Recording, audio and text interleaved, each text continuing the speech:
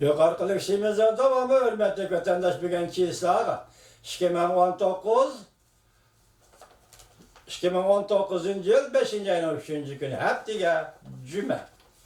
Yukarıdaki işimizden devamında hürmetli vatandaş. Gerçi Prezident Reagan 30 minutluk notkada demokratiya degan ishki xatni eg'izga almagan bo'lsa-mu, lekin Amerikani kechiringlar. Kechiringlar. Jungo bilan hamkorlashmoqchi, Jungo bilan Amerika hamkorlashyapti. Bugun qaraganimizda Jungo bilan Amerika hamkorlashmoqchi bo'lgan umidvorlikqa to'lgan bu so'z iboralar to'liq ah ko'ngillik bilan so'zlangan, lekin vaziyatga mos kelmaydigan notoq bo'lib qoldi. Ayni vaqtda Reaganning so'z degan so'zi bugungi vaziyatga mos kelmaydigan bo'lib qoldi.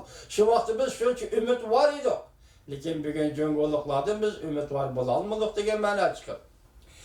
20. asrning 80-yillardagi Jungo bilan hozirgi Jungo tubdan o'xshamaydi. Rubioning nutqining davomi. Senator Marco Rubio bunda ko'rsatdi. Men bunda hisoblayman. Biz allaqachon yep-yeni bir burilish nuqtaga yetib keldik. Burilish nuqtasiga yetib keldik. Balki ehtiyotkorlik bilan muomala qiladigan bir burilish nuqtasiga yetib keldik. Senator Marco Rubio bunda ko'rsatdi. Washingtonda Amerikaning siyosatini belgilaydiganlar orasida nurg'un kishilar bir o'rtaq tanishqa, ya'ni Xi Jinping va Kompartiya rahbarligi ostidagi Jungo allaqachon Amerikaning hamda eng oxirida dunyo tinchligining go'yodagidek dushmaniga va raqobatchisiga aylandi deydigan o'rtaq tanishqa kelib bo'ldi. Diqqat vatandaş, yana bir o'qib o'tay.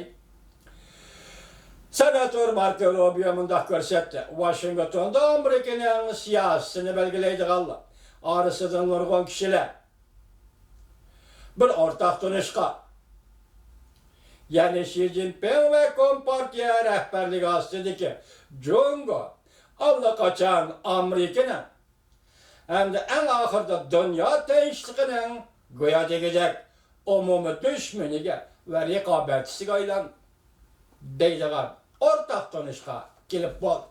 Rahmat Marco Rubio sizga. Rahmat. Mana shunda babasini Jungoni Xitoyni tushungan bo'lasiz. Kechiring vatandosh.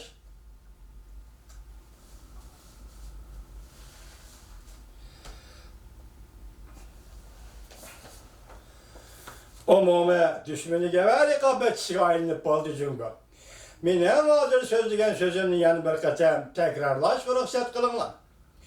Jungo emas, balki Xi Jinping va Jungo Kompartiyasi dushmanga va raqibga aylandi. Amerikaga va butun dunyoga dushmanga va raqibga aylandi deb ta'kidladi Marco Rubio, senator Marco Rubio.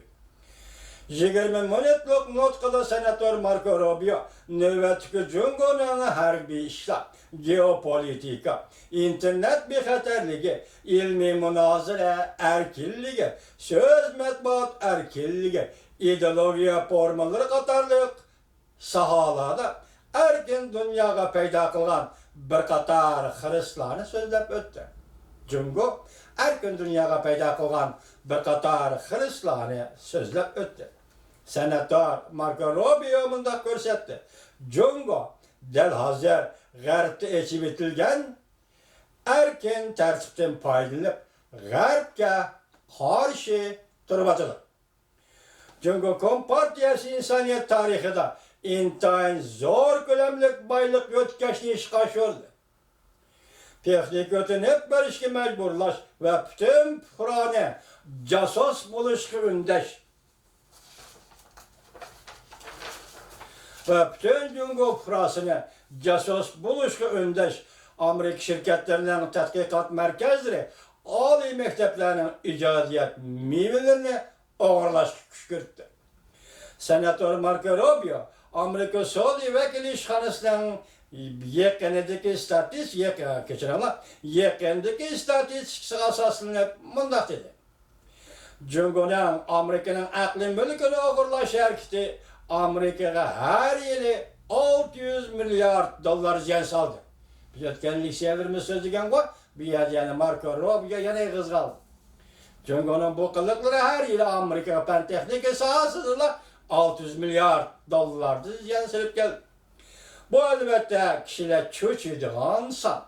Dünyadaki 500 çoğun şirketinin aldığınki 50 şirketinin umumi boylik miqdoriga to'g'ri keladi.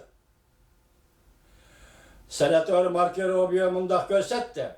Jungo o'zining iqtisodidan foydalanib, o'zining haybisini va uzun qo'lini boshqa davlatlarga sunib, bu davlatlarni bo'zak etib, setib elib, bir yo'l, bir belvoq dal buning tipik misoli bo'lib qoldi.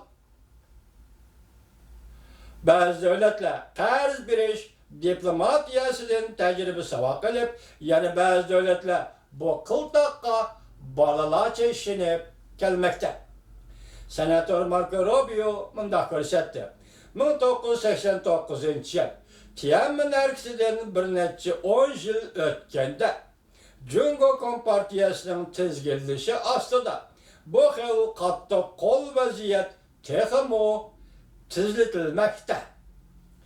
Jungo'da oz sonliq millatlar, diniy muritlar, hatta bütün fuqarolar buning uchun og'ir badal to'lamoqda.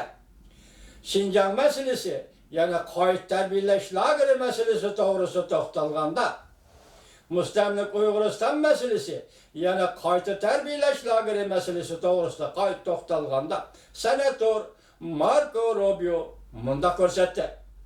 Xi Jinpingning lavzidagi Jungo'ning tushi bir necha milyon xalq uchun, ya'ni Uyg'urlar uchun rahmsiz, balki oxirlashmaydigan qabohatlar cho'shga aylandi.